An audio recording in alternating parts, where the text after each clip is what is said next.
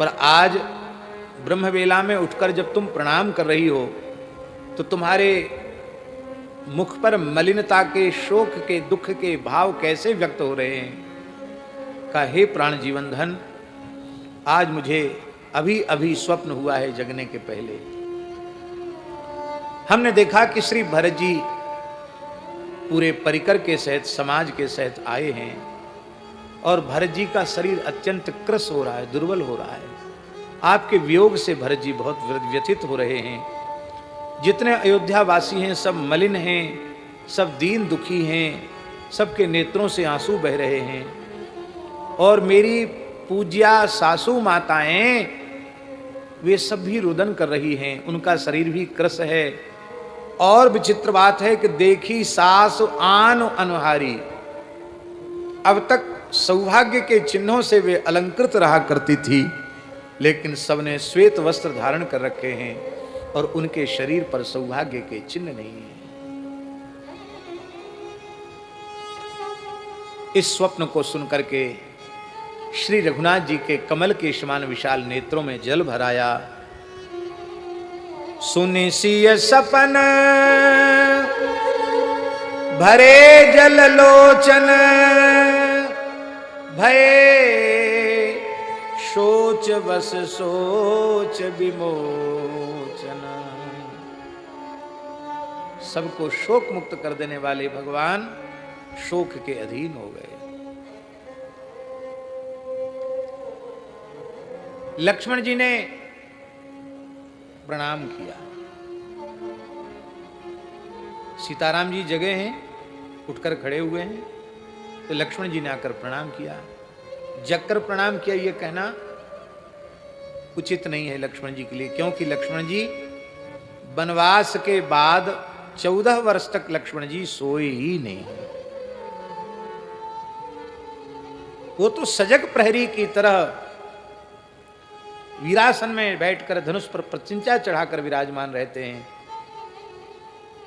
उठने का समय जानकर वे आए हैं, प्रणाम किया है। उन्होंने भी श्री किशोरी जी की वाणी से दुस्वप्न को सुना और भगवान ने कहा कि लक्ष्मण, ये स्वप्न ठीक नहीं है।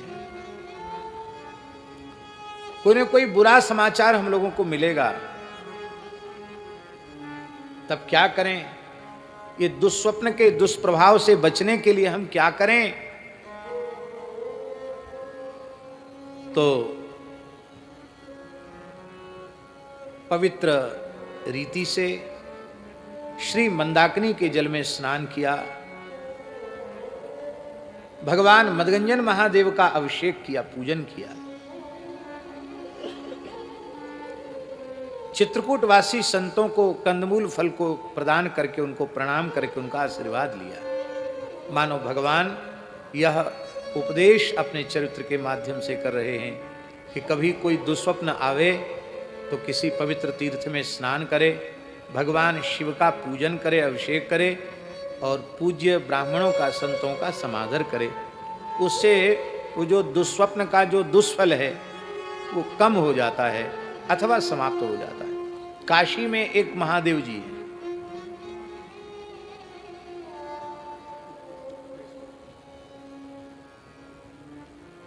श्री जुगल किशोर दास जी जानते होंगे, दुर्गा कुंड पर श्री कुक्कुटेश्वर महादेव।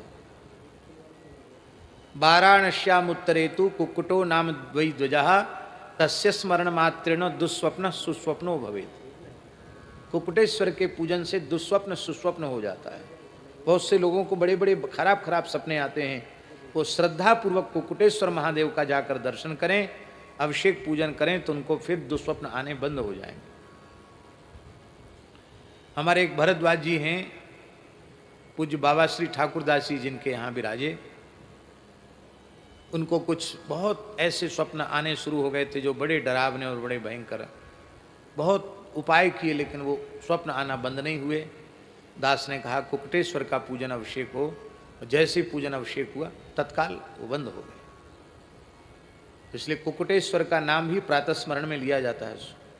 सुमंतु ऋषये नमः, कुक्कुटेश्वराय नमः, स्मरण किया जाता है। तो शिवजी वो मंगल के कल्याण के अधिष्ठात्री देवता हैं, उनके स्मरण से दुस्वप्न का दुष्फल नष्ट हो जाता है। इसलिए पूज पुरारी साधु सन्मान है।